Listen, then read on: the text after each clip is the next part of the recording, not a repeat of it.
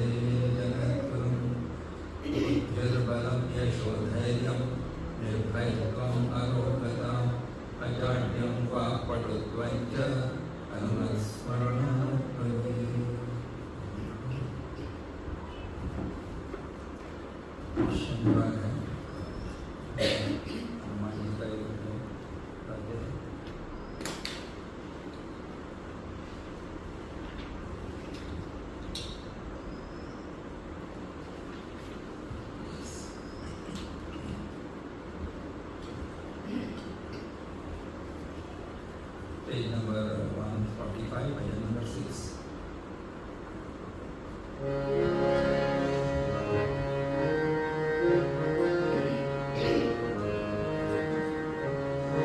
जय हनुमाना जय हनुमाना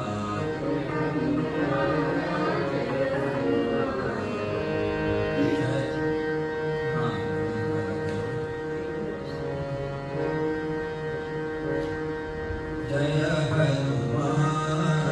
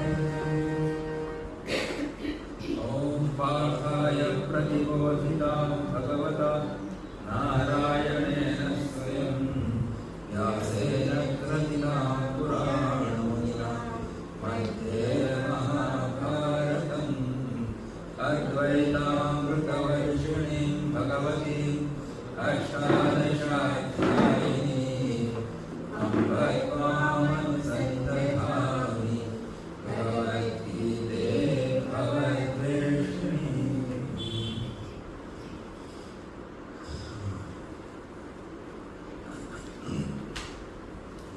हम लोगों ने 18वें अध्याय में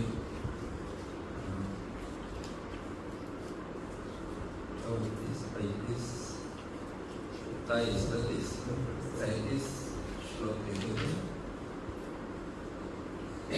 तो धृति 3 प्रकार की होती है, सात्विक, राजसिक, तामसिक, ये देखा। उसके बाद सुख का प्रकरण था कि जो सुख हम अनुभव करते हैं वो भी 3 प्रकार का है, ऐसा भगवान ने कहा। तो अब उसमें सात्विक सुख कौन सा है, ये हमने इसके ऊपर चिंतन किया था।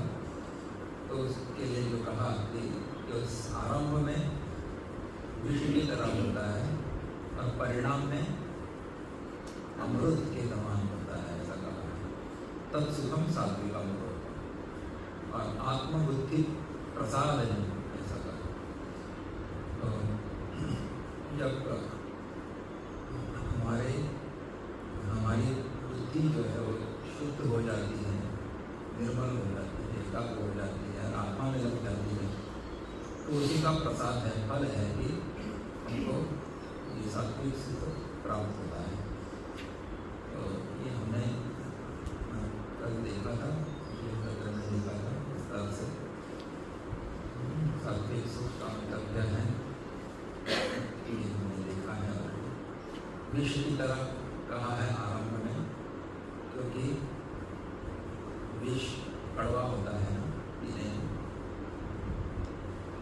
तो जिनकी इंद्रियां बहिर्मुखी हो गई है, जिनका मन चंचल है, उसको एकाग्र करना, उसको अंतर्मुखी करना और परमात्मा में लगाना, ये बहुत कठिन कार्य होता है।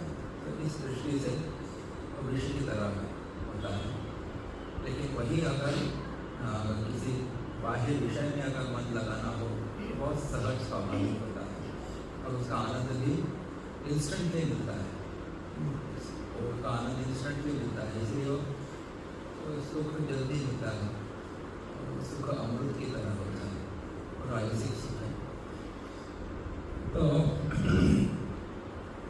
इसके ऊपर हमने चिंतन किया था। वास्तव में सात्विक सुख विष की तरह नहीं है, तत्व राजस और तामस सुख का त्याग विष की तरह होता है। तो राजसिक और तामसिक सुख जो हमेशा हम लेते रहते हैं, विषय भोग का या निद्रा, आलस्य का, उसका त्याग करना वो विष के समान है, यानी बहुत कड़वा है, कठिन है हमारे लिए फ्रॉम दैट स्टैंड पॉइंट। और एक बात यहाँ पे कही है, वास्तव में देखा जाए तो सात्विक सुख आरंभ में विष की तरह उन्हीं लोगों के लिए होता है जिनका राजस और तामस सुख में राग है। समझ आया? तो सात्विक सुख किसके लिए विष की तरह है? जो राजसिक तामसिक सुख में बहुत आसक्ति रखते हैं, उनको ये सुख जो है, ये अनुभव जो है वो बड़ा कठिन कड़वा लगता है। परंतु जिनको सांसारिक भोगों से स्वाभाविक वैराग्य है, जिनकी पारमार्थिक शास्त्र अध्ययन, सत्संग, कथा, कीर्तन, साधन, भजन आदि में स्वाभाविक रुचि है और जिनके ज्ञान, कर्म, बुद्धि और धृति सात्विक है, उन साधकों को यह सात्विक सुख आरंभ से ही अमृत की तरह आनंद देने वाला होता है। प्रश्न? तो जो सत्संगी लोग हैं, जो भक्ति करते हैं, जप करते हैं, पूजा पाठ करते हैं, शास्त्र का अध्ययन करते हैं, अध्यापन करते हैं डेली, तो उनके लिए कोई विष की तरह नहीं है। उनको तो जितना सत्संग करेंगे, जितना भगवान का नाम लेंगे, वो क्या है, आनंद ही देता है।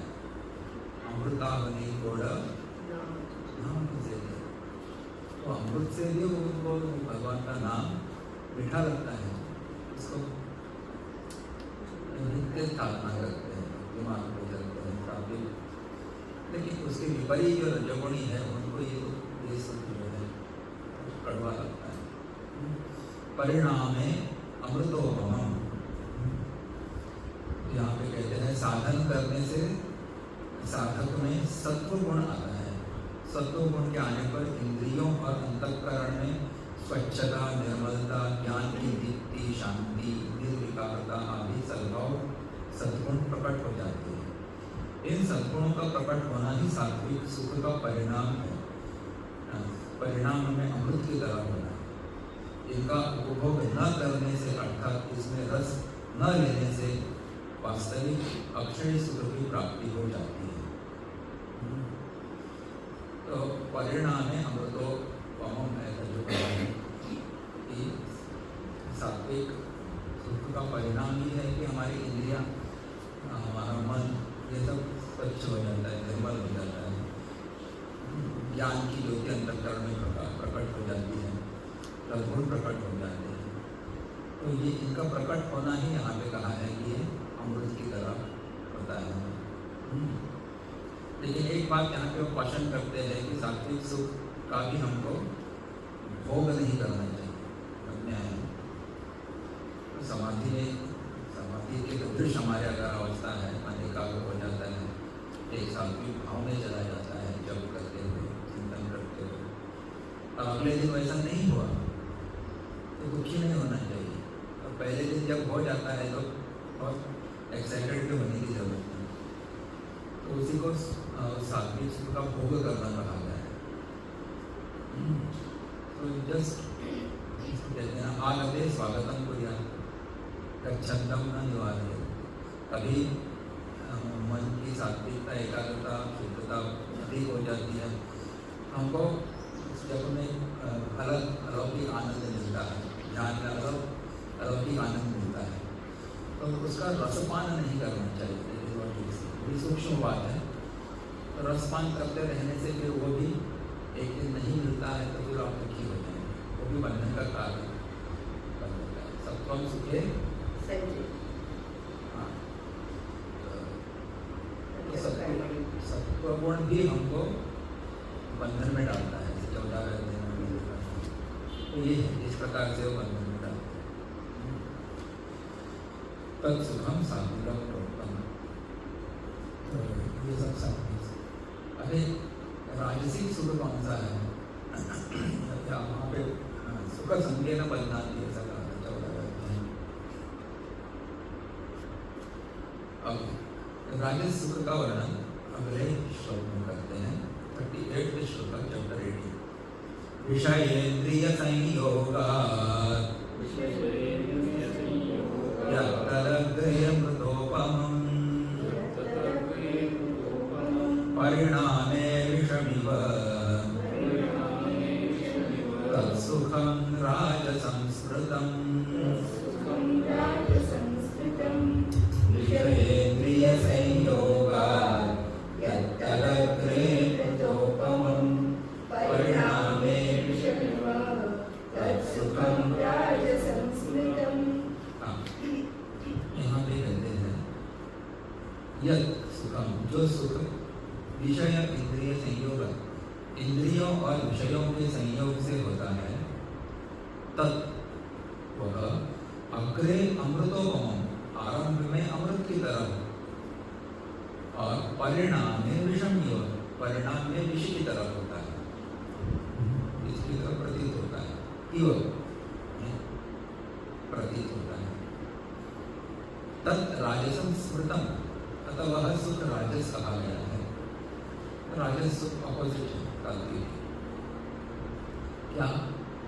जो इंद्रियों, जो सुख इंद्रियों और विषयों के संयोग से होता है, वह आरंभ में अमृत की तरह और परिणाम में विष की तरह होता है, उसकी तरह प्रतीत होता है।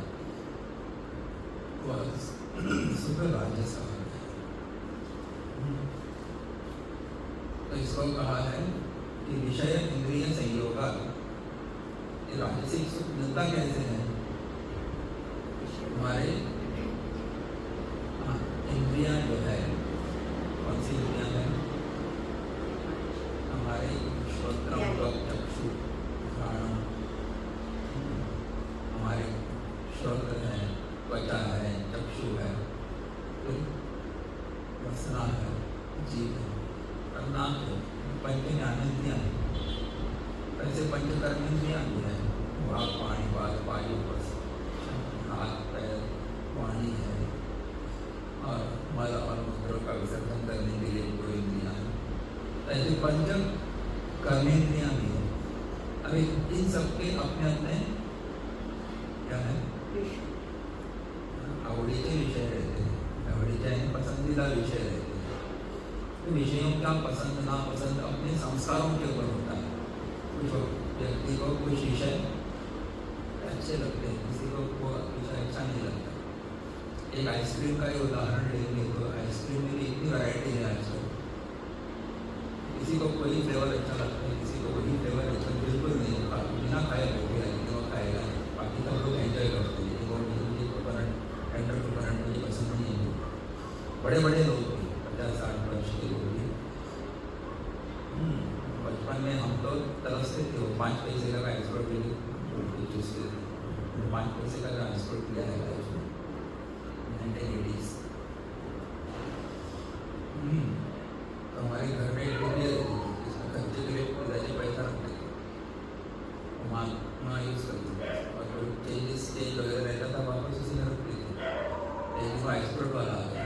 आइसक्रीम का मतलब है आइसक्रीम, वो आइसक्रीम बोलते हैं, कैंडी टाइप का।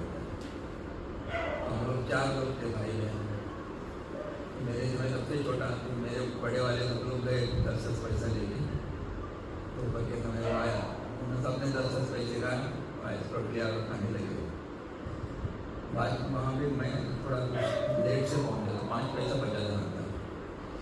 आइसक्रीम की कीमत 10 पैसे थी, और उसकी वो कैंडी भी थी, वो 4 आने की 20 पैसे की मिलती थी। ये सब लोग चाट रहे थे वहाँ करके कि मैं लेने गया, पैसा नहीं है, सिर्फ 5 पैसे लेके आया मैं। तो उसको बताया मैं पहली बार प्लीज सिर्फ 5 पैसे दे देंगे। एक डब्बा कैन लेके घूमते रुपये, ये उसमें 50 ईयर्स बैक। तो उसको दया है मेरे ऊपर, ले लो 5 पैसा दे दो। आई स्टिल रिमेंबर दैट 5 पैसे में मैंने आइसक्रीम खाया। तो आइसक्रीम खाने में सब लोग तरसते थे, लेकिन आजकल के बच्चे यही फ्लेवर चाहिए, वो नहीं चाहिए। वो लाया आपको गुस्सा भी करते थे लोग, पसंद पता नहीं क्यों ये पसंद नहीं है।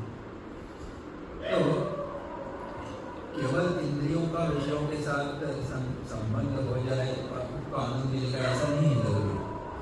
लेकिन विषय भी आपके पसंद का होना चाहिए, आपके संस्कार का होना चाहिए, सही स्थान पे खाना चाहिए, सही समय पे उसको खाना चाहिए, सही परिस्थिति में खाना चाहिए। बहुत सारा कंडीशन से अप्लाई, तभी वो आपको आनंद देने वाला हो।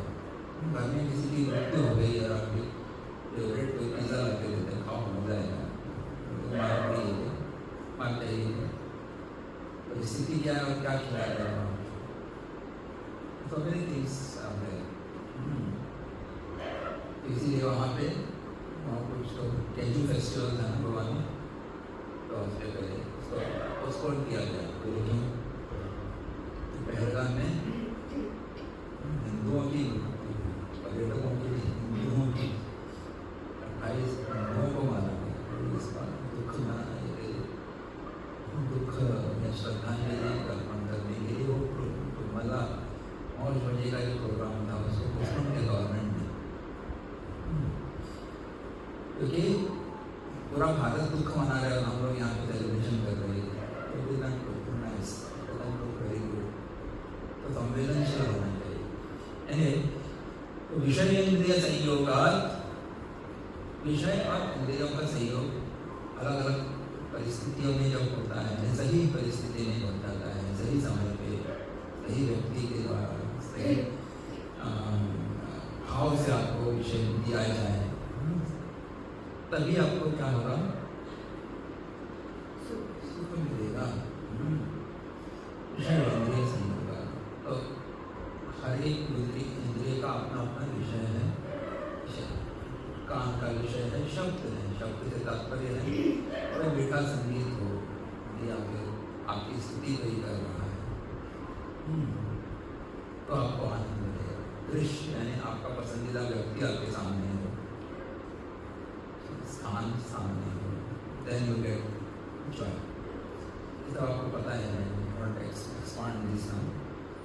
तो विषयों का इंद्रियों के साथ जब संयोग हो जाता है तो सुख प्राप्त हो जाता है। तो आपके पसंदीदा विषय आपके पास आ गए तो आपको सुख हो जाता है। तो क्या कहा है, यत्तदग्रे अमृतोपमम्। तो ये शुरुआत में कैसा लगता है, अमृत की तरह लगता है। तो अमृत की तरह का मतलब क्या है, अमृत हमेशा मीठा होता है, नहीं चला लेकिन मीठा होता है, आनंद देने वाला होता है, अमरता देने वाला होता है। अमृत की तरह ऐसा कहा, ये रियली एंजॉय कर, क्योंकि तुरंत ही आपके इंद्रियों का समाधान हो जाता है। Immediately sense gratification happens because of sense objects, when you enjoy sense objects। तो इसलिए उससे मिलने वाला सुख जो है वो भी इंस्टेंट है। यहाँ आइसक्रीम खाई, यहाँ पे आनंद मिला, यहाँ पे सिनेमा देखा, आपको वहीं पे इंस्टेंट आनंद मिल जाता है। कोई अच्छी चीज़ को स्पर्श किया, आम खाए, मीठा मीठा आम खाया, मान का तुरंत आनंद मिल जाता है। तो अमृत हो परिणाम में विषम योग। अगर यदि वही भोग आप आवश्यकता से अधिक करेंगे, अधिक मात्रा में करेंगे, अधिक समय तक करेंगे, तो फिर उसका दुष्परिणाम भी होगा। देखो क्या है विषम योग। विषम योग का मतलब क्या है, वो आपके शरीर के लिए अपायकारक होगा। आजकल छोटे छोटे बच्चों को चश्मा लगने लगा है, क्यों? कंटिन्यूसली ध्यान होगा, स्क्रीन टाइमिंग इतना बढ़ गया है बच्चों का नहीं, बूढ़ों का भी, सबका ही बढ़ गया है। तो आंखें जल्दी खराब हो गई, वो ऐसे भी देखने के लिए तैयार नहीं थी कि वहाँ भी कोई उनको मार रहा है। ये नहीं, अगर वो इधर करेंगे, एकाग्रता नष्ट हो गई तो वो मर जाएगा, दूसरा आदमी उसको मार देगा पोजिशन। तो दे फोकस ऑन दैट एकदम निश्चित हो। तो आंखें जो है एक ही जगह पे देख रही है लंबे समय के लिए।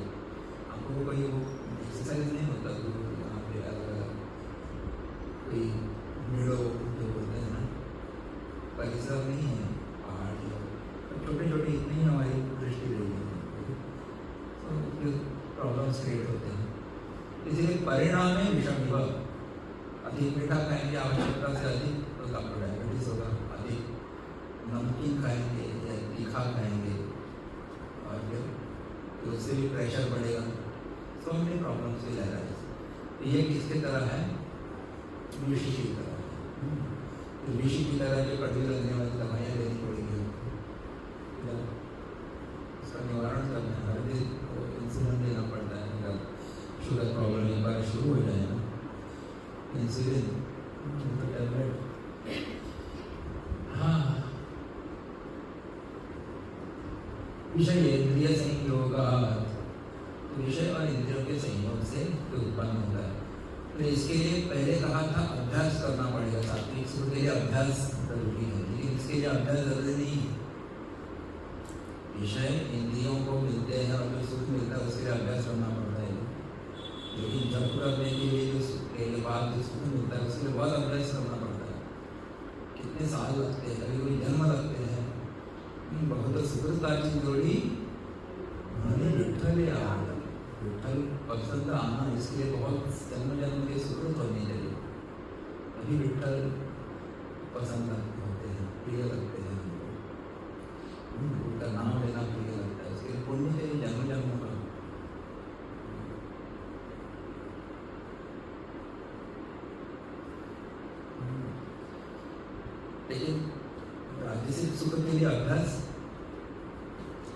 उसके लिए भी संस्कार हुए हैं हमारे ऊपर। हर एक योनि में हम लोग क्या कर रहे थे बताओ? मनुष्य योनि छोड़ो, आप जो भी हुए होंगे, पशु पक्षी कीट पतंग, वहीं पे आहार निद्रा भयम ये चार चीजें नहीं कर रहे थे। एक आहार, निद्रा, डरते हैं शत्रु से, या फिर मैथुन कर रहे थे। वो संस्कार नेचुरली हर एक जीव के ऊपर है, इसलिए हम लोग तुरंत और सहज रूप से विषयों की तरफ आकृष्ट हो जाते हैं। हमको कोई बताना नहीं पड़ता है कि you should love this ice cream, you should love your opposite gender, बताना पड़ता है। Naturally we get attracted towards the opposite gender. ये जन्म के संस्कार है, इसलिए अभ्यास शब्द यहाँ पे नहीं दिया है हमने। तो ये सब by default we have been doing in so many lives, तो इसलिए अभ्यास की जरूरत नहीं है।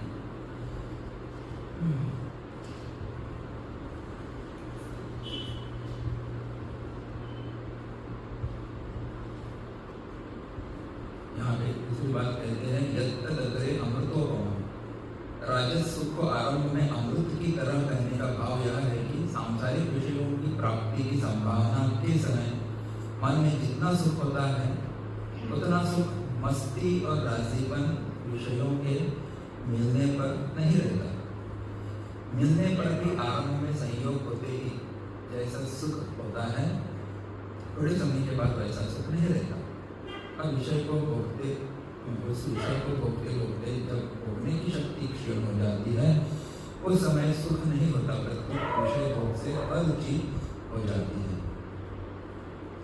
भोग भोगने की शक्ति क्षीण होने के बाद भी अगर विषयों को भोगा जाए तो दुख जलन पैदा हो जाती है, चित्त में सुख नहीं रहता। इसलिए यह राजस सुख आरंभ में अमृत की तरह दिखता है।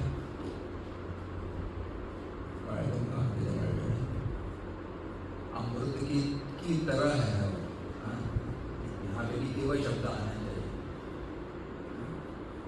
तो बोलते हैं कि यहाँ पे जो भी पढ़ा हमने, उसने कहा कि राजसिक सुख का मतलब आपका पसंदीदा विषय, जिसका चिंतन आप करेंगे तो जो आपको खुशी होती है, उतनी खुशी वो विषय मिलने के बाद नहीं होती है, ऐसा बोलते हैं।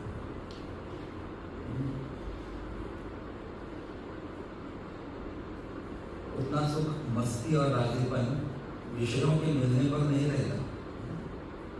मिलने पर क्या हो जाता है, आरंभ में संयोग होते ही जैसा सुख होता है, थोड़े समय के बाद वैसा सुख नहीं होता। विषय मिलने के बाद एक एक्साइटमेंट होता है, लेकिन वो एक्साइटमेंट रहता है क्या हमें? नई कार हम खरीदते हैं, कार खरीदने से पहले अभी 18 तारीख तो मेरी नहीं लगी है, ऐसे जाऊँगा, हार लेके जाऊँगा, फोटो लूँगा, सेल्फी लूँगा, और चाबी मेरे हाथ में देगा, अपना साइन करके गाड़ी के साथ। सो मच एक्साइटेड है यार, है कि नहीं? लेकिन फिर 1 साल 2 साल के बाद वही कार वो बेकार लगने लगती है, पाएंगे वही new model, change of car. We apply this for everything. Marriage very बड़ा एग्जाम्पल। विवाह के पहले उसकी मन की स्थिति होती है, विवाह के बाद होती है, फर्क है ना? Every day keeps on decreasing the happiness। और यहाँ पे कहा है कि बाद में आपको अरुचि होने लगती है उसी विषय से, वो विषय को होने से फिर डिसलाइक इट, और ज़्यादा करेंगे तो फिर उससे आपको शारीरिक हानि भी होगी।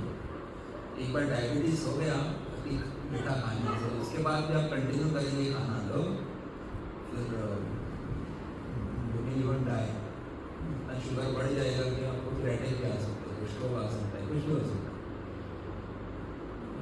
दैट इज, इसीलिए यहाँ पे वो कहते हैं कि अमृतोपम भी है वो, not true in its actual sense, लेकिन वो भी घटते रहता है। राजसिक सुख भी है, वो भी घटते रहता है। आरंभ में अमृत की तरफ होता है, लेकिन बाद में परिणाम विषम की ओर जाता है। यहाँ पे कहते हैं कि अमृत की तरह कहने का दूसरा भाव यह है कि जब मन विषयों में खींचता है तब मन को वे विषय बड़े प्यारे लगते हैं। विषयों और भोगों की बातें सुनने में जितना रस आता है उतना भोगों में नहीं आता। इसलिए गीता में यहाँ पे आया है यहाँ माम पुष्टिताम वाचम प्रवदन्ते विपश्चिता। दूसरे अध्याय में 42वें श्लोक में स्वर्ग आदि की बातें सुनने में बड़ी अच्छी लगती है, लेकिन बाद में वास्तव में स्वर्ग में जाने के बाद बड़े उसको आनंद जो है वो ऐसा नहीं होता। बोले मैं लिखा है इस स्वर्ग में जाने के बाद वो व्यक्ति देखता है कि कोई मेरे से भी कोई ऊंचे पद पे बैठा हुआ है। वहाँ आप स्वर्ग में गए लेकिन वहाँ पे आपको इंद्र भी दिखाई देंगे और राजा है, फिर वहाँ पे आप वहाँ पे और उनके थोड़े नीचे वाले भी लोग देंगे, अग्नि है, वायु है, कौन है, यमराज है, बहुत सारे कोटि देवता है वहाँ पे। और आप तो साधारण वहाँ पे ऐसे बैठे हुए ऑर्डिनरी, तो उनको देख के बोलेगा हम तो स्वर्ग में है लेकिन वो कोई पद नहीं है, फिर आप दुखी हो जाएंगे। ऐसा यहाँ पे लिखा गया। तो स्वर्ग में भी जाना इसलिए सुख मिलेगा ऐसा जरूरी नहीं है, वहाँ पे भी राग द्वेष हो जाएंगे। स्वर्ग के देवताओं में राग द्वेष नहीं है। इंद्र खुद डरता रहता था हमेशा कोई साधना करता है।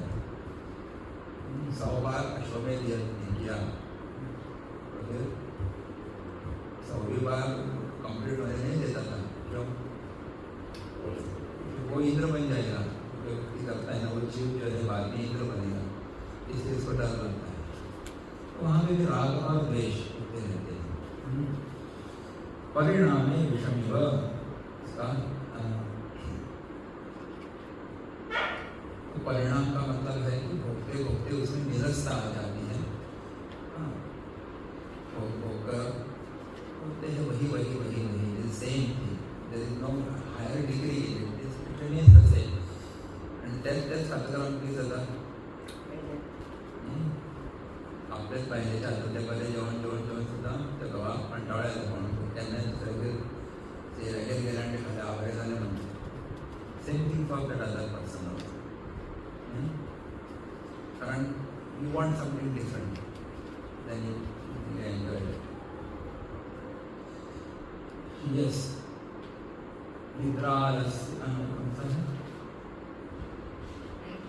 परिणाम है तत्सुखम राजसम सुखम.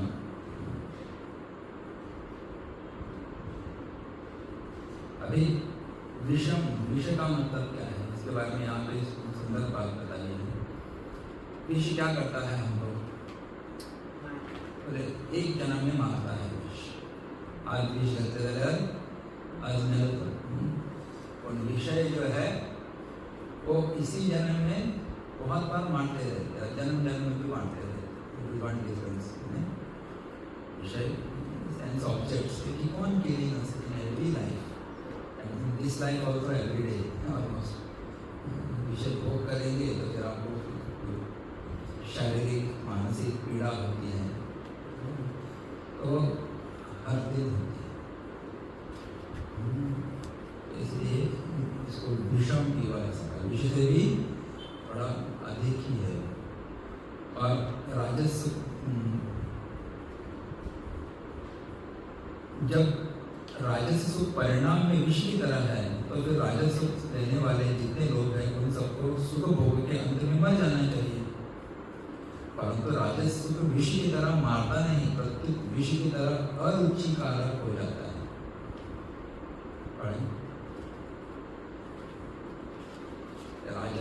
राजसिक सुख भोगने के बाद वो क्या करता है?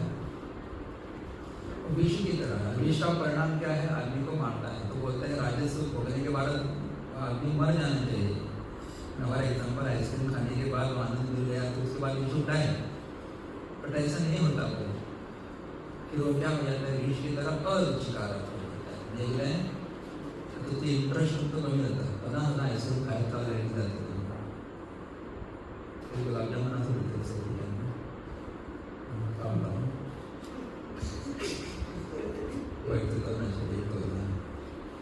तो विष इस तरह अरुचिकारक कितना खाएंगे?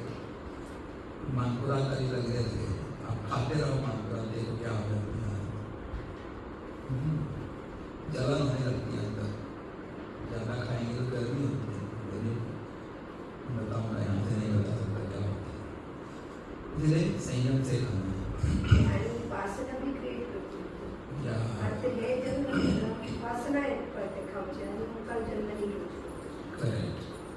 बंधन जन्म जन्मांतर का हो जाता है। इस जन्म में आपने वो आरंभ किया खाना, आदत लग गई कि संस्कार जो है उसके खाने के वो जन्म जन्म के लिए रह जाते हैं। उसमें पहले जैसी रुचि होती है वैसी रुचि अंत में नहीं रहती, अर्थात वह सुख विष की तरह हो जाता है, साक्षात विष नहीं होता ऐसा कारण।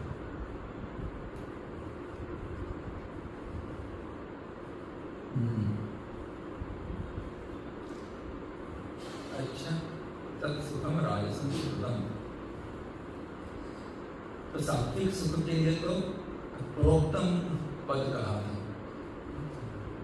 अभी यहाँ पे राजस सुख के लिए स्मृतम पद कहने का तात्पर्य है कि पहले भी मनुष्य ने राजस सुख का फल दुख पाया है, परंतु राग के कारण वह संयोग की तरफ पुनः ललचा उठता है, कारण कि संयोग का प्रभाव उस पर पड़ा हुआ है और परिणाम के प्रभाव को वह स्वीकार नहीं करता। तो स्मृतम का मतलब क्या है? इस सुख को राजसिक सुख ऐसा त्याग करो, ऐसा करें स्मृतम। स्मृतम कहने का तात्पर्य इसलिए है क्योंकि आपने राजसिक सुख पहले भी बहुत बार भोगा है, इसी जन्म में पहली बार और पूर्व पूर्व जन्मों में भी भोगा है, उसको आप स्मरण करो, ऐसा वो कहते हैं। तो और राजसिक सुख भले ही आपको भोगने के बाद दुख देता हो, तो उसका परिणाम दुख भी है, विषय की तरह है, लेकिन आदमी क्या करता है, उस परिणाम को भूल जाता है और फिर से विषय में प्रवृत्त होना चाहता है बार बार बार बार। उसका विवेक काम नहीं करता, संयोग का प्रभाव उस पर पड़ा हुआ है और परिणाम के प्रभाव को वह स्वीकार नहीं करता। He wants to get associated with it again and again and again. इसीलिए परिणाम जो है दुख मिलता है उसका उसके ऊपर ध्यान नहीं देता, देखा जाएगा बोलता है, आज एंजॉय करो, हमारे भैया इंजेक्शन दे दो, आज भोग करो। देखो, अगर वह परिणाम के प्रभाव को स्वीकार कर ले तो फिर वह राजस सुख में फंसेगा नहीं। स्मृति, शास्त्र, पुराण आदि में ऐसे बहुत से इतिहास आते हैं जिन्हें मनुष्यों के द्वारा राजस के कारण बहुत दुख पाने की बात आई है। इसी बात को स्मरण कराने के लिए यहाँ स्मृतम पद आया है। हमारे इतिहास में शास्त्र और पुराणों में भी बहुत सारे प्रसंग हमको बताए गए। राजा यदु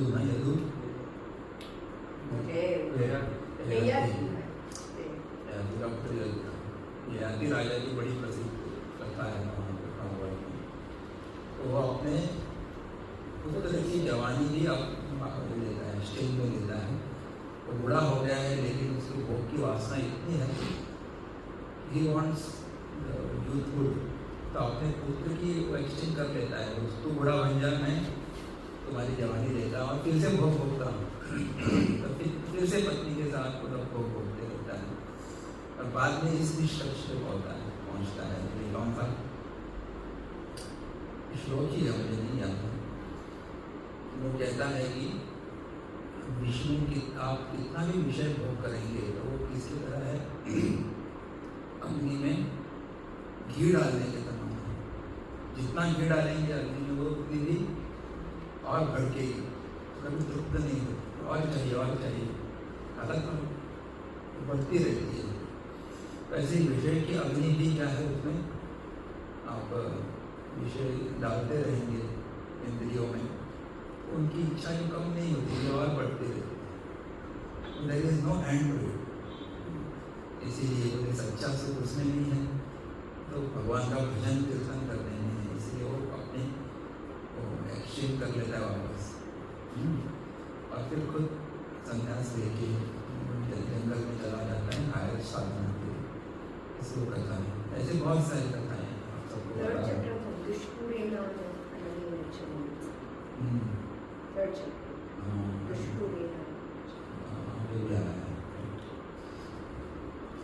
अभी हो गया विषयेन्द्रिय संयोगात् तदक्रियमृतोपमं परिणामे विषमिव तत्सुखं राग संस्कृतम्। तो ऐसा ये सुख है राजसिक सुख। और एक बात गुरुदेव ने बहुत अच्छी कही कि राजसिक सुख जो है कैसा है, वो हमको परमानेंट आनंद क्यों नहीं देता? क्योंकि ये सुख हम किससे भोगते हैं? हमारे इंद्रियों से सुख भोग करते हैं। और सुख किसका भोगते हैं? तो विषयों का। तो विषय बदलते रहते हैं और इंद्रियां भी बदलती रहती हैं। तो विषय जो है शब्द स्पर्श रूप रस गंध, वो भी पुराने होते हैं। आजकल के जो गैजेट्स है आउटडेटेड होते हैं। After 6 months they become outdated. New technology is come, new version is come. 5.00 आ गया, पहले 4.5 था। चेंज, सॉफ्टवेयर चेंज हो गया तो इट बिकम आउटडेटेड। तो इसीलिए जो आउटडेटेड हो जाता है तो हमको वो भी उससे सुख कम लगने लगता है। बाद में दुख भी होता है कि अमुक प्रोग्राम उसमें काम नहीं करता, अमुक ऐप उसमें काम नहीं करता, अपग्रेड कर दीजिए, मोबाइल अपग्रेड करो। तो एक तो है कि विषय चेंज होते रहते हैं, बदलते हैं, क्षीण होते हैं, वृद्ध हो जाते हैं, नष्ट होते हैं। दूसरा, हमारा शरीर भी वृद्ध हो रहा है। पहले जो हमको चबाने में, पापड़ चबाने में, हड्डियाँ चबाने में आनंद आता था, वो at 60, 70, 80 years you not get the same joy which you used to get at 18, 19, 20, 25 years of age. क्यों? शक्ति नहीं है इंद्रियों में, सामर्थ्य नहीं है खाने का, चबाने का, पचाने का। तो इसीलिए इंद्रियां भी बदलने वाली है, विषय भी बदलने वाला है। इसलिए उन दोनों से जो कॉम्बिनेशन के योग से जो सुख मिलेगा वो कैसे स्थिर होगा? वो सुख भी अस्थिर ही होता है, नष्ट होने वाला होता है। This is the analysis done by our sadhus. तो राजसिक सुख ऐसा सुख है, लेकिन आत्मा का सुख कैसा होता है? आत्मा के साथ संयोग करने के बाद जो सुख मिलता है एक साधक को, भक्त को, ज्ञानी को, वो तो नित्य नूतन होता है, ऑलवेज न्यू। व्हाई? बिकॉज आत्मा इटसेल्फ इज नित्य, वो कभी बदलता नहीं, अव्यय है, अविनाशी है, अमृत है, तो अनडिकेइंग, अनचेंजेबल। इसीलिए उससे मिलने वाला सुख भी कभी बदलता नहीं है। तो ये सिंपल सिद्धांत है सिंपल नहीं कि प्रैक्टिस करने में उतना ही डिफिकल्ट है।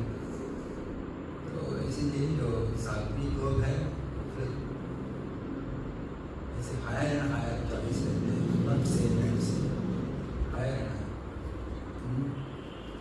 सूक्ष्म सूक्ष्म आनंद लेते हैं। आद्यंतवन्तः कामपेय अतिशोभनते ये संस्पर्शेषा होगा दुख योनय कहा था। ये सब दुख की योनि है। स्पर्श से जो सुख मिलता है विषय और इंद्रियों, ये सब दुख की योनि ऐसा बताया है। ये आते हैं और जाते हैं, इनका आरंभ है और अंत है। इसलिए ज्ञानी लोग उसमें कभी रमण नहीं करते। जो उसमें रमण करते हैं वो कौन है? ज्ञानी नहीं है, अज्ञानी है। They are not wise, they are otherwise. अभी तामस सुख का वर्णन करते हैं। तामसिक सुख कौन सा है? 39 श्लोक। यदग्रे चानुबन्धे च सुखं मोहनमात्मनः निद्रालस्य प्रमादोत्थम्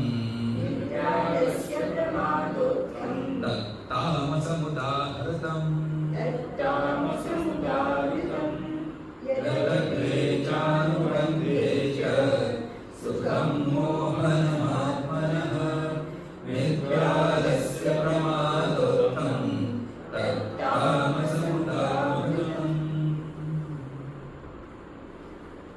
तो कहते हैं निद्रालस्य प्रमादोत्थम, यत् निद्रा, आलस्य और प्रमाद से उत्पन्न होने वाला जो सुखम जो सुख अग्रेच अनुबंधित आरंभ में और परिणाम में भी आत्मनः मोहनम आत्मा को मोहित करने वाला है, तत् तामसम उदाहतम वह सुख तामस कहा गया है।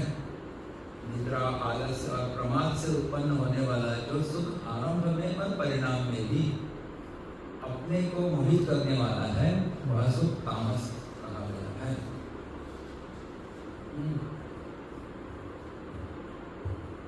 तो यहाँ पे मोह को महत्व दिया गया है। कौन से सुख में? तामसिक सुख में। तो तामसिक सुख हमको आरंभ में भी मोहित करता है। मोहित करना है क्या करना?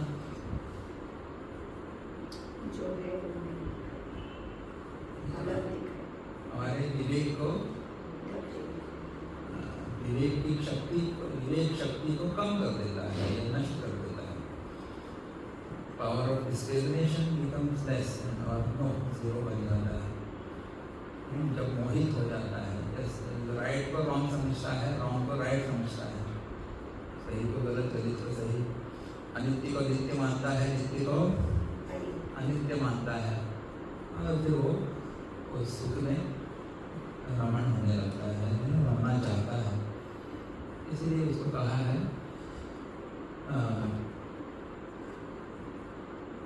वो मोहित करता है। बोले कैसे उत्पन्न होता है ये सुख? मिलता कहाँ है? रजोगुण का सुख तो कहाँ? भोग में मिलता है। ये देखा, वो खाया, उसका स्पर्श किया, वो सुना, वो सुना, हाँ तो सुख मिल गए। तो ये तामसिक सुख कहाँ पे मिलेगा आपको? यहाँ पे कहा है निद्रा, आलस्य और प्रमाद से उत्पन्न होने वाला है। नित्य का सुख बैठा है ना, आलस्य में भी सुख होता है, ये पड़ेगा तो हम कुछ करो अपना, प्रमाद नहीं। तो निद्रा भी दो प्रकार की होती है। तो एक तो हमने उससे कहा था, जो शरीर के लिए जितनी पर्याप्त है, आवश्यक है, उतना आपको अवश्य नींद लेनी चाहिए। लेकिन उससे आवश्यकता से अधिक ऐसे ही बिस्तर पे पड़े रहते हैं तो फिर वो आपको फिर मोहित करती है। उससे शरीर फ्रेश नहीं रहता, वो शरीर भारी भारी हो जाता है, कुछ करने की इच्छा नहीं होती। इसलिए गुरुदेव कहते थे कि जब आपकी आँख खुल जाती है ना, तो क्विट द बेड और त्याग कर दो बिस्तर इमीडिएटली, है ना। उठने बरोबर उठा परत तळत राहणं, very difficult. some people practice it. काम असते उठता म्हणायचं, कामाला आळस करतो आम्ही करतो कामा नाही, काम असं जे नाही डोळे उघडले तशी उठून सोडतात की त्यांना मागे आम्ही करता येते का ते विचार करून निघता जाईल। तो घर में पति पत्नी है, जनरली घर में इंडिया में तो पत्नियां ही खाना ब्रेकफास्ट वगैरह बनाती है, इसलिए पति लोग पत्नी की तुलना में थोड़ा आधा एक घंटा आराम से उठते हैं। इंडिया जनरल सिचुएशन, क्यों? तो जल्दी उठेगी, वो उठना उसको है, बनाना उसको है, ब्रेकफास्ट उड़ाया कॉम्प्रोमाइज माई स्लीप पता है 9-10 बजे तक आना। घर घर की कहानी कॉमन होती है। आज पता नहीं आजकल की क्या परिस्थिति है, क्योंकि पत्नी नहीं बनाएगी तो डायरेक्ट ऑर्डर भी कर सकते। आपको पता नहीं आज ठीक नहीं लग रहा है, कोई भूख नहीं है, स्विगी जोमेटो क्या खाएंगे आप, ऑनलाइन ऑर्डर करो, घर में आ जाता है, वो भी खुश, तुम भी खुश, दोनों सो जाओगे।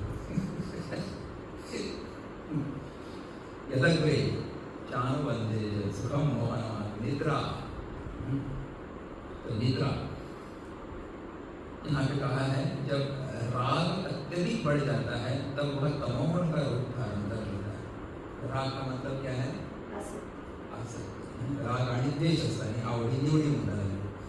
आवडी जर त्यांना आवश्यकतेपेक्षा चढ वाटतात काही त्यांनी सुद्धा तमोगुण में चला जाता. इसी को मोह कहते हैं. इसी को मोह कहा. इस मोह मूढ़ता के कारण मनुष्य को अधिक सोना अच्छा लगता है. अधिक सोने वाले मनुष्य गाढ़ नींद नहीं, सोने वाले मनुष्य को गाढ़ नींद नहीं आती. गाढ़ नींद न आने से तंद्रा ज्यादा आती है और स्वप्न भी ज्यादा आते हैं. तंद्रा और स्वप्न में तामस मनुष्य का बहुत समय बर्बाद हो जाता है. परंतु तामस मनुष्य को इसी से ही सुख मिलता है, इसलिए इस सुख को निद्रा से उत्पन्न बताया गया है.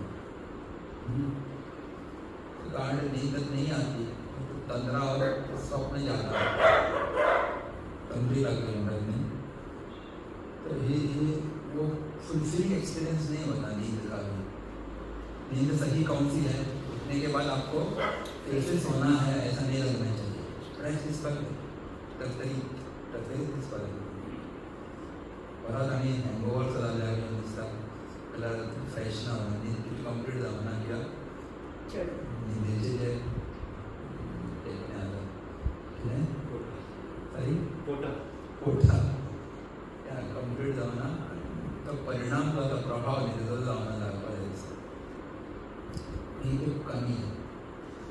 ओवर स्लीपिंग में भी होता है, लेकिन आजकल लोग ओवर स्लीपिंग करते नहीं है. जो ऐसा होता है लोगों की नींद बहुत कम हो गई है. वाई सब उसके शिकार है. हमारे गुरुजी कहते थे, उन्होंने हाल ही में हमको कहा था 2-3 साल पहले कि बोले क्या है वो तो नींद के लिए पैसा मिलता है. जैसे वॉकिंग के लिए पैसा मिलता है ना, या फिर रनिंग के लिए लोग क्या बोलते हैं इसको रैलियाँ आयोजित करते हैं, मैराथन, वैसे ही मैराथन है स्लीपिंग की. आप सोएंगे तो आपको पैसा दिया जाएगा.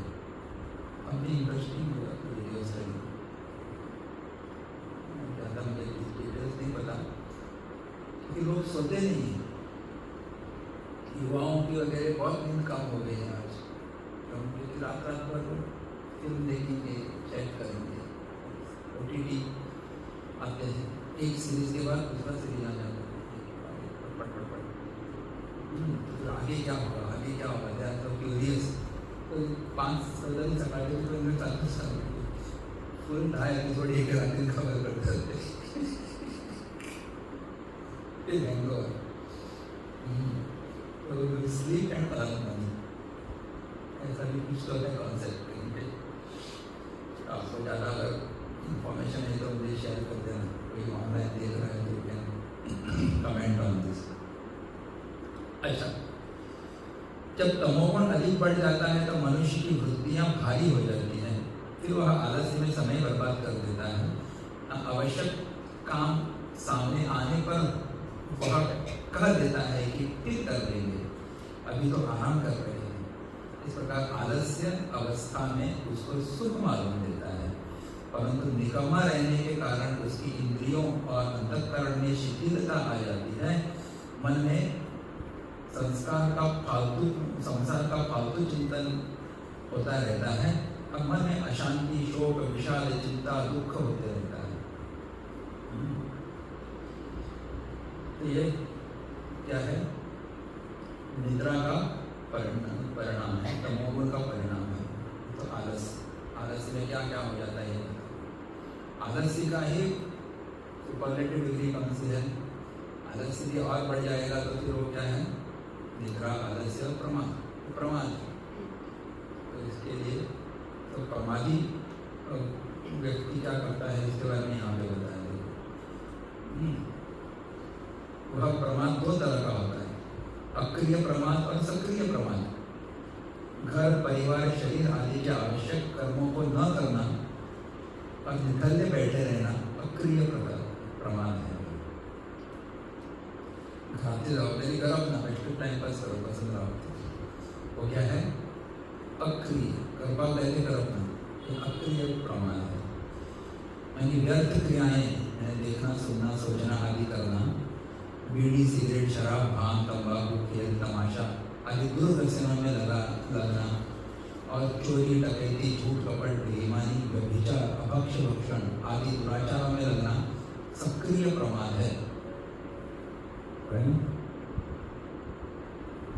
तो अक्रिय आणि सक्रिय प्रमाद भी वहाँ पे भी एक्टिविटी चल रही है, लेकिन कौन सी? जैसा जो भी गड़बड़ काम यहाँ पे बताया है वो करते रहता है। इससे भाई उसकी विवेक शक्ति नहीं बढ़ेगी या आध्यात्मिक उन्नति नहीं होगी, लेकिन ज़्यादा से ज़्यादा बंधन में चला जाएगा। तो ये सब यहाँ पे आता है। तो निद्रालस्य प्रमादोत्तम तत्तामसम दाहतम, यहाँ पे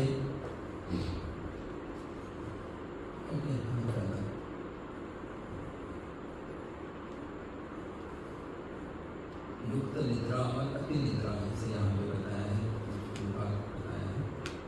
इसके बारे में चिंतन किया। यदग्रहितानुबंधे च सुखम मोहनम आत्मनः,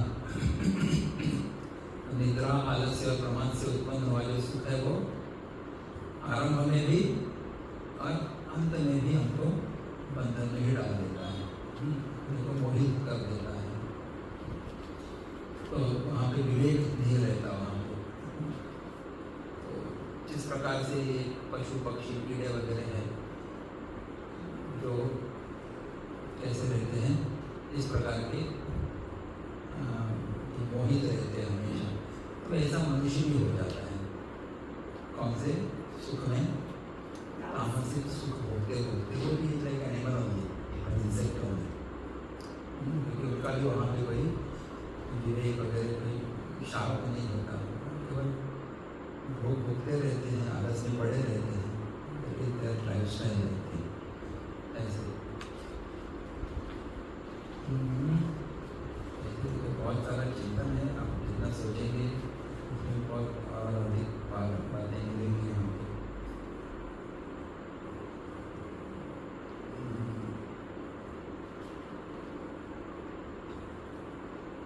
चलो अभी इसके बाद क्या है, 40वां श्लोक हम देखते हैं। तो देखो हमने 19वें श्लोक से लेके अभी 39वें श्लोक तक, 39वें श्लोक तक ये ज्ञान, ये क्या है? कर्ता, कर्म, वृत्ति, सुख, वृत्ति, वृत्ति और सुख, इनके 3 अलग अलग भेद क्या है वो बताए हैं। अभी इसी का ये 40वें श्लोक में उपसंहार करते हैं, कंक्लूजन से। तो और कहते हैं कि ये 3 प्रकार के भेद आपको पूरी सृष्टि में दिखाई देंगे, केवल मनुष्य में नहीं। Everything has all this 3 gunas, उसका प्रभाव पूरी सृष्टि पर होता है। तो ऐसा वो 40वें श्लोक में कहते हैं। न तदस्ति पृथिव्यां वा दिविदेवेषु वा पुनः सत्त्वं प्रकृतिजैर्मुक्तं यदेभिः स्यात् त्रिभिर्गुणैः। न तदस्ति पृथिव्यां वा दिविदेवेषु वा पुनः सत्त्वं प्रकृतिजैर्मुक्तं यदेभिः स्यात् त्रिभिर्गुणैः। पृथिव्यां वा, पृथ्वी में, या देवी स्वर्ग में, वा देवेषु अथवा देवताओं में, पुनः तथा इनके सिवाय और कहीं भी तत्सत्वं न अस्ति, वह ऐसी कोई वस्तु नहीं है, यत् प्रकृति जयैः, जो प्रकृति से उत्पन्न एभिः त्रिभिः गुणैः मुक्तं स्यात्, इन 3 गुणों से रहित हो। पृथ्वी में या स्वर्ग में अथवा देवताओं में तथा इनके सिवाय और कहीं भी वह ऐसी कोई वस्तु नहीं है जो प्रकृति से उत्पन्न इन 3 गुणों से रहित हो। is the conclusion. What he wants to say कि पूरी प्रकृति जो है ये त्रिगुणात्मिका है. आप जो भी सोचेंगे, जहाँ भी सोचेंगे, वहाँ ये तीन गुण अवश्य होंगे. You just imagine any corner of this world or outside the world. World का मतलब है पृथ्वी, भूलोक. भू के ऊपर कौन कितने लोग हैं? सात या छह हैं? सात या छह हैं. भू के ऊपर छह होंगे ना, भू के नीचे सात है. टोटल कितना है? हाँ, तो भू को पकड़ के तो 14 हो गया. भू के ऊपर कितना हो जाएगा? हाँ, भू के ऊपर 6, भू के नीचे कितने होंगे? 7 तो पद है. सकल विदल सुदल तलातल रसातल महातल पातल 7 हो जाते हैं. भूत भुव स्व जन्म महातप सत्यम सत होगा. तो ऐसे आप 14 लोकों में भी जाओ तो भी आपको ये 3 गुणों के प्रभाव परिणाम आपको वहाँ पे भी दिखाई देंगे. फिर पृथ्व्यां वा दिवि, पृथ्वी में भी, दिवि का मतलब स्वर्ग में भी 14 लोगों में आ गए सब. और फिर चाहे वो मनुष्य हो, देवता हो, पशु पक्षी, कीट पतंग, पेड़ पौधे, सब में क्या है? 3 गुण आप दिखाई देंगे. 3 गुणों का परिणाम आपको दिखाई देगा. कोई छूटा नहीं है. क्यों ऐसा क्यों है? क्योंकि ये किससे उत्पन्न हुए हैं? त्रिगुणात्मिका प्रकृति से उत्पन्न हुए. सगळे सृष्टिकोनातल्यान उत्पन्न झाले पाहिजे प्रकृतीपासून. प्रकृती किती गुणाची असतात? 3 गुणांची. तो प्रकृति का ही एक कार्य है और प्रकृति स्वतः 3 गुणों से युक्त है. तो इसके लिए प्रकृति के जो कार्य परिणाम है वो अवश्य त्रिगुण से ही युक्त होंगे. इसलिए सब जगह पे ये 3 गुण हमको दिखाई देते हैं. मनुष्यों में भी 3 प्रकार के मनुष्य होंगे. पशुओं में भी 3 प्रकार के पशु आपको मिलते हैं. गाय कौन से गुण रिप्रेजेंट करती है? सत्वगुण. आणि म्हस तमोगुण. और घोड़ा, घोड़ा पैर वगैरह रजोगुण. रजोगुण को. और कैक्टस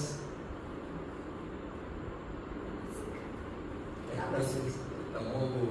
अच्छा. और फिर कौन सा? तुलसी का पौधा हो जाता है. ये बड़ा सात्विक है. वटवृक्ष और पीपल का वृक्ष तो ये आप सात्विक कह सकते हैं. और ये खुजली का जो वृक्ष है वो भी तामसिक ही. तो ऐसे इसके ऊपर एनालिसिस आप कर सकते हैं. चाहे वो कीट हो या फिर पेड़ पौधे हो, प्राणी हो, पक्षी हो. हंस पक्षी सात्विक है. कौवा राजसिक है, कभी कभी तामसिक. आउल जो है, आउल क्या बोलते हैं उसको? उल्लू. उल्लू का पट्टा. तो उल्लू तामसिक रात को जागता है. बड़ा ज्ञानी है. ज्ञानिशा सर्वभूतानां तस्यां जागर्ति सिद्धं. बाकी सब सोते हैं तो एक संयमी व्यक्ति उस रात को जागता है. विजन आई तो तामसिक क्यों बोल रहे हैं? मैं तो ज्ञानी हूँ. क्या आप लोग सोते हैं? नहीं जागता. तो बाघ, शेर वगैरह ये सब बड़े राजसिक है, मांस खाने वाले. वैसे हर जगह पे ये आपको 3 गुण दिखाई देंगे. पृथ्वी में या स्वर्ग में अथवा देवताओं में, तो इसके सिवाय और कहीं भी ऐसी वस्तु नहीं है जो प्रकृति से उत्पन्न इन 3 गुणों से रहित है. तो माया से उत्पन्न हुई है. तो इसलिए सब सृष्टि में ये चीज है। पहाड़ वगैरह जो है वो तमोगुण का प्रतीक है, एक ही जगह पे रहते हैं। समुद्र वगैरह उसमें आपको एक्टिविटी दिखती है, बहुत बड़ी बड़ी लहरें आती हैं। और नदियाँ गंगा जी वगैरह जो है शत्रुगुण का प्रतीक है, गंगा यमुना पवित्र नदियाँ। तो ऐसे ये चिंतन कर सकते हैं।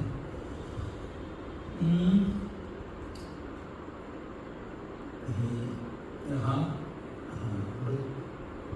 न तदस्ते पृथ्व्यां वा दिव्य देवेषु आपनावत से मृत्यु लोक और पृथ्वी के नीचे आकर निकल आदि तक स्वर्ग आदि लोगों का देवेषु पद से प्राणियों के उपलक्षण के रूप में उन स्थानों में रहने वाले मनुष्य, देवता, असुर, राक्षस, नाग, पशु, पक्षी, कीट, पतंग, वृक्ष आदि सभी चर अचर प्राणियों अथवा और वह पुनः पद से अनंत ब्रह्मांडों का संकेत किया गया है। फक्त पृथ्वी ब्रह्मांड जितने गैलेक्सी बड़े-बड़े तीन तात्पर्य यह हुआ कि त्रिलोकी और अनंत ब्रह्मांड जितना उनमें रहने वाली कोई भी वस्तु ऐसी नहीं है जो प्रकृति से उत्पन्न इन तीनों गुणों से रहित हो, अर्थात सब के सब त्रिगुणात्मक हैं। सत्वम प्रकृति जैवोक्तम वेदेभिः स्यात् त्रिविधम्। और एक बात यहाँ पे कही थी, प्रकृति और प्रकृति का कार्य यह सबका सब ही त्रिगुणात्मक और परिवर्तनशील है। इनसे संबंध जोड़ने से ही बंधन होता है और इनसे संबंध विच्छेद करने से ही मुक्ति होती है, क्योंकि स्वरूप असंग है, स्वरूप स्व है और प्रकृति पर है। प्रकृति से संबंधित जुड़ते ही अहंकार पैदा हो जाता है, जो कि पराधीनता को पैदा करने वाला है। यह एक विचित्र बात है कि अहंकार में स्वाधीनता मालूम देती है, पर है वास्तव में पराधीनता। कारण कि अहंकार से प्रकृतिजन्य पदार्थों में आसक्ति, कामना आदि पैदा हो जाती है, जिससे पराधीनता में भी स्वाधीनता दिखने लग जाती है। इसलिए प्रकृतिजन्य गुणों से रहित होना आवश्यक है। तो प्रकृति का कार्य क्या है? प्रकृति का अवसर क्या है? तो नित्य परिवर्तनशील है, ऐसा यहाँ पे कहा। त्रिगुणात्मिक है और बदलते रहता है। तो लेकिन अपनी आत्मा जो स्व है वो कैसा है? कभी बदलता नहीं है। यहाँ पे कहते हैं कि आप उस परिवर्तनशील प्रकृति के साथ जोड़ेंगे अपने आप को, संबंध बनाएंगे तो आप फंस जाएंगे, बंधन में आ जाएंगे। लेकिन अपने स्वस्वरूप के साथ संबंध बढ़ाएंगे, उसके साथ योग करेंगे तो आप बंधन से मुक्त हो जाएंगे। क्यों? क्योंकि आत्मा असंग है। असंगोहम न पुनः सच्चिदानंद स्वरूपोहम अहमेवाहम अव्ययः। मैं ही सच्चिद आनंद स्वरूप हूँ, मैं असंग हूँ। इसलिए उसके साथ एक रूप होने से कभी बंधन नहीं होता। लेकिन इस प्रकृति जन्य पदार्थों को मैं मेरा कहा, उसके साथ आसक्ति कर दी, वहाँ पे एक अहंकार हो जाता है, ये मेरा है।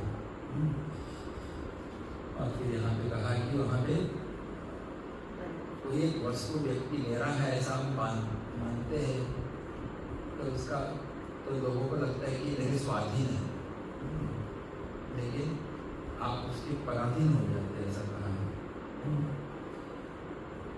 यह एक विचित्र बात है कि अहंकार में स्वाधीनता मालूम होती है, पर वास्तव में पराधीनता है। म्हणजे बाय म्हणतात तो त्याला स्वाधीनता दिसता, स्वाधीनता ती का पराधीनता? पायाले के इशारे पे नाचने लगते हैं बाद में।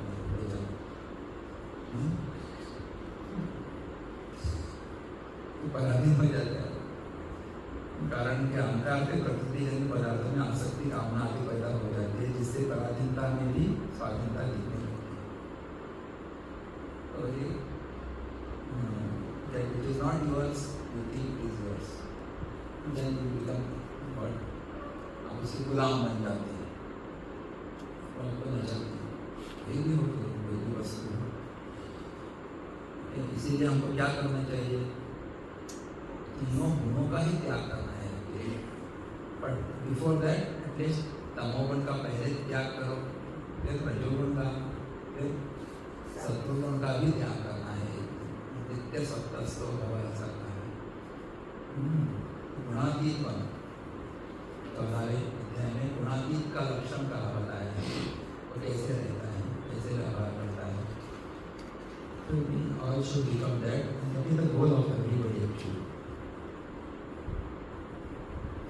तो सात्विक सुख में भी लोग आसक्त हो जाते हैं, वो भी नहीं रहना चाहिए। हाँ ठीक है।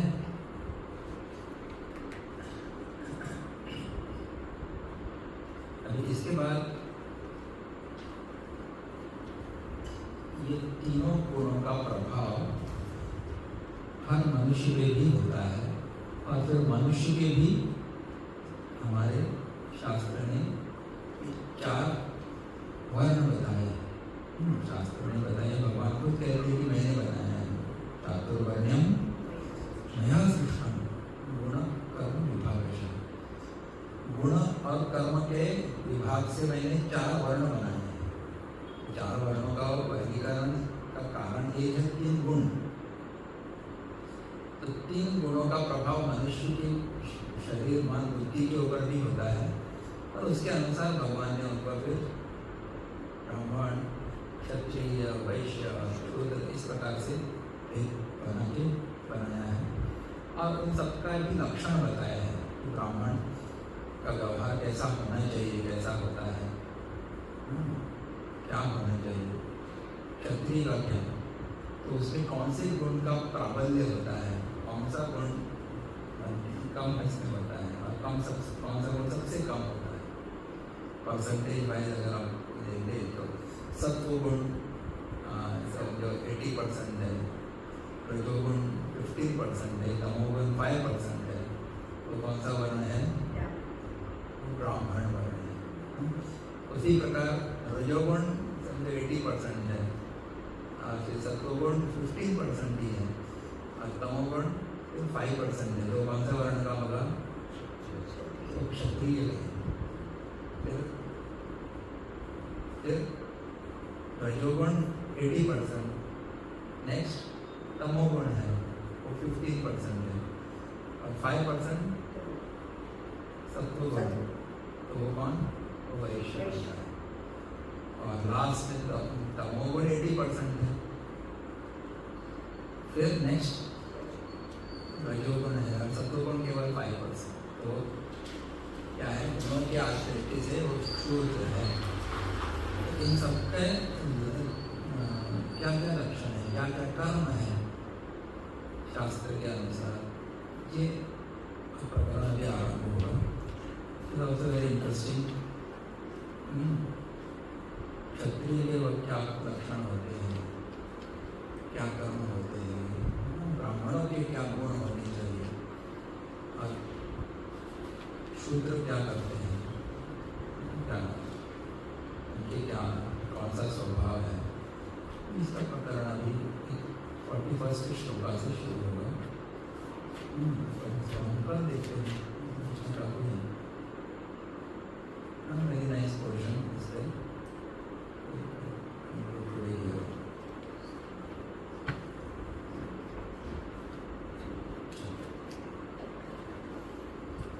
बहुत सारा है, संभल लग रहा है।